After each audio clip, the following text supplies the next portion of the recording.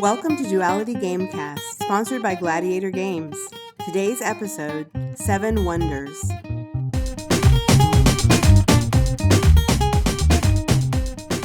Welcome to Duality Gamecast. I'm Matt. And I'm William. Today we're taking a look at 7 Wonders. 7 Wonders is a card drafting game where you take on the role of the leader of an ancient city. Your goal is after 3 ages to have the most victory points. Beginning of each age, each player is dealt 7 cards, and then they begin to draft. So let's pick up here at the end of the first age and see what the last pick is for everybody.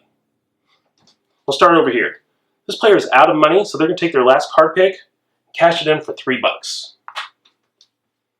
This player here wants to build the stockades. Stockades, they have a lot of resources here, but the stockades take wood, which they don't have, so they're going to have to pay a neighbor, this person over here, $2 to borrow their wood. Now they built a stockade. This last player here wants to build the first stage of their wonder.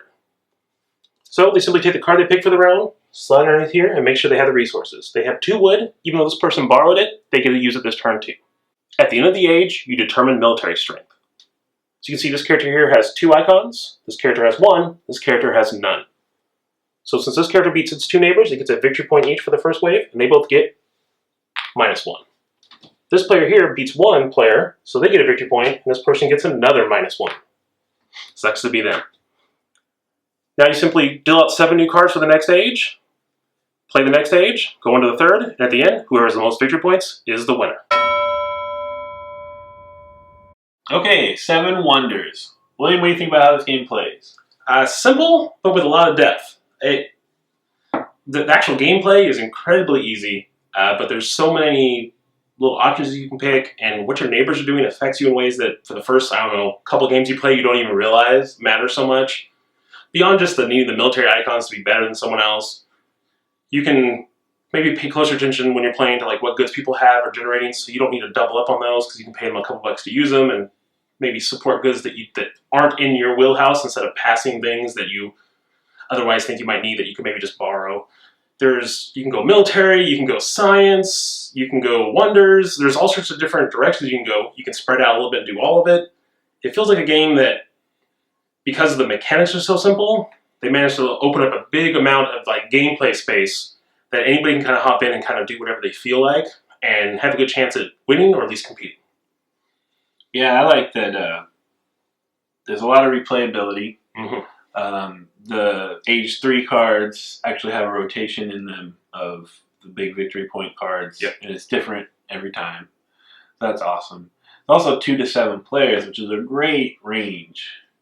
So we haven't played with 7 people. I'd love to try that. I imagine it's a very different dynamic. And then I like there's little bits in each strategy. For instance, if you go military, you know, are you just going to be the bully and collect those points? Or is that going to turn into like this sort of arms race where it sort of neutralizes the whole thing because no one's got enough to really dominate? A lot of different strategies. I think it's cool that it almost feels like, even though it's called 7 Wonders, you could probably try to play the game just for like the purple cards and the blue cards that get you victory points, Mm-hmm. and not really commit to the wonders.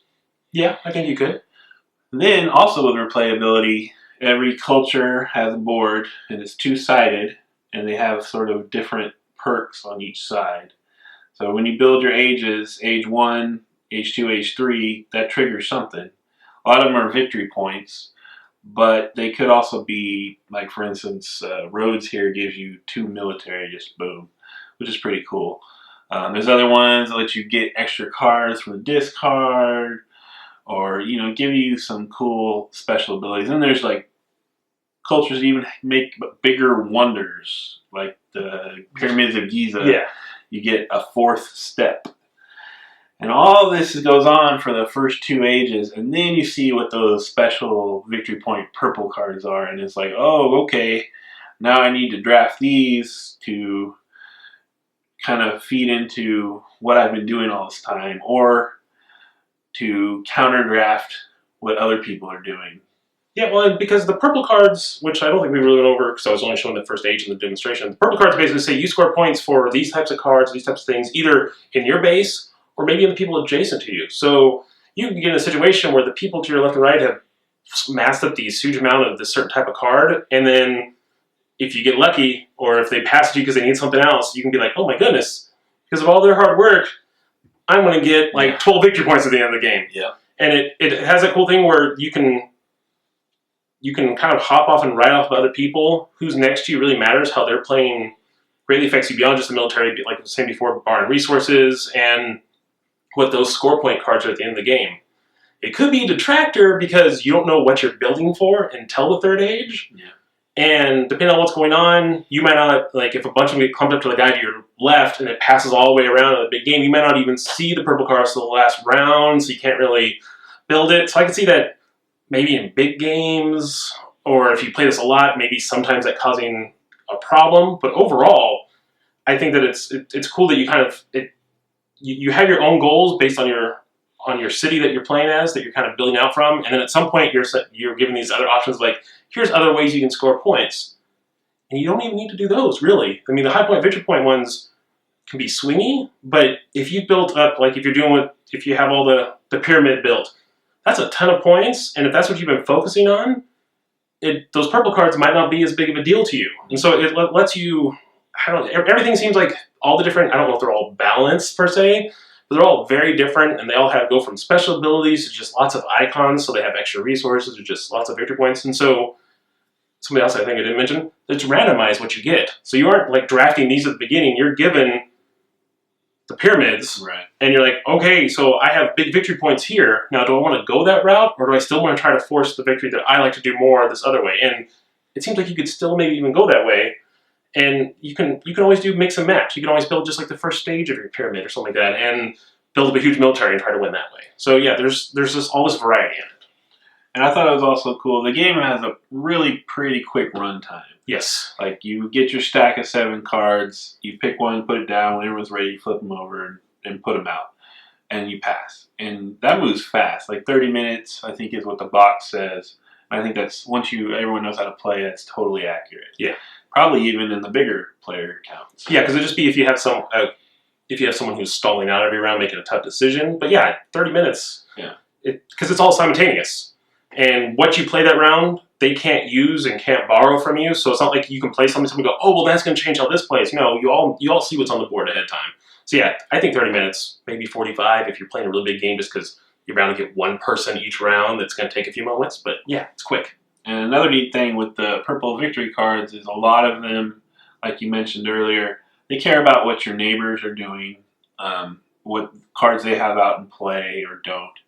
And it's literally your neighbors left and right. So in the big game, you kind of have like this local economy going on because you can pay money to borrow a resource from your neighbors, and you can get victory points based on the performance of your neighbors. So you could have people across the table from you who are having a totally different experience than what you're having with the people next door to you.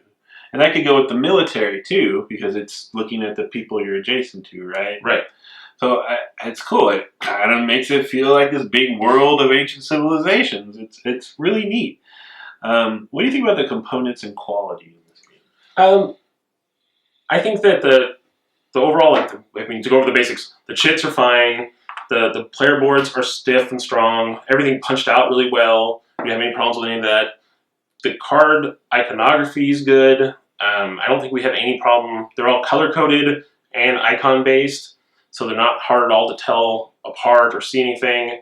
The costs are small, but that's when it's in your hand, so that's not a problem. That's a little tinier. The art's good, but you don't see a lot of the art because the way you set up the cards is you're stacking them all kind of like this. Especially the resource. Yeah, and you don't see the art underneath them. They all have cool art, and I have no complaints about any of it, but the art's not really what you're looking at. Even when I'm drafting them, because normally I fan out my cards, I'm not even looking at the art. So the art's, it could almost be a blank square on it, and it wouldn't matter to me. It's kind of, in my mind, something I want to compare to is a little bit Dominion-like in that way. The mechanics of this game are awesome. There's more flavor to this because there's cultures and each one works a little bit differently. But I'm not looking at something going, oh, hey, yeah, that's definitely a barracks. I just say it's a military icon, and how I got that in my brain isn't worrying about it being a barracks. But the art is great, color coding's great. Chip quality is good. Overall, I like it. How about you? I like it a lot too. All the component quality, I'm not going to repeat what you said, is really good. I actually like the art quite a bit. Yeah, it's not necessary, and like with the stacking of the cards, it's not super apparent, but it is good art, and I did enjoy it. I think it's better than Dominion art. Yeah. It's a kind of higher level. It's bigger. It's bigger too. You're right. It's absolutely bigger.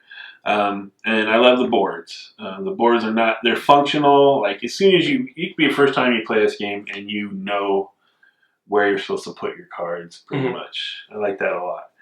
And they're very evocative of their cultures. This is Rhodes, so there's a Colossus, and there's pyramids, and the whole 9 yards. So I'm really pleased with the component quality. So 7 Wonders. I'm going to go with a must-buy on this. I'm just going to go right out and say it right away. For me, this is a great drafting game. I think that because it's a little bit older, not that older, and there's been lots of expansions, people kind of moved on to other games. But comparatively, I feel like this one does everything right. It's like Dominion for me. Mechanics are great. I enjoy it. It flows right. There's no confusion. This is the drafting game for me. So I'm going to go with must buy. I was very tardy to the 7 Wonders game. Just played it this year for the first time. And I know it's like a 4-year-old game. But boy, am I glad that we did. Tons of fun. I've been misled by some of my favorite reviewers in the past who have argued that this game is sort of a spiritual successor to Fairy Tale. This game is not Fairy Tale. It drafts cards, but so what? So does Sushi Go. And come on, you've seen our review of that. This is a great game. It's easy entry, lots of replayability, high quality. There's a ton of expansions for it. And take a look at this. I hope this comes up in camera. There are just award after award. So if you don't want to believe me, believe all these people. Go out and buy 7 Wonders. Alright, so that was our review of 7 Wonders. I'd like to know, what is the best use of drafting you've seen in a board game? Let me know in the comments below. Don't forget to click on me to subscribe, and thanks to all these people for helping us out. I was a bleh. Stop. Alright, we're good. Start that over again. I was a 3 words all at once.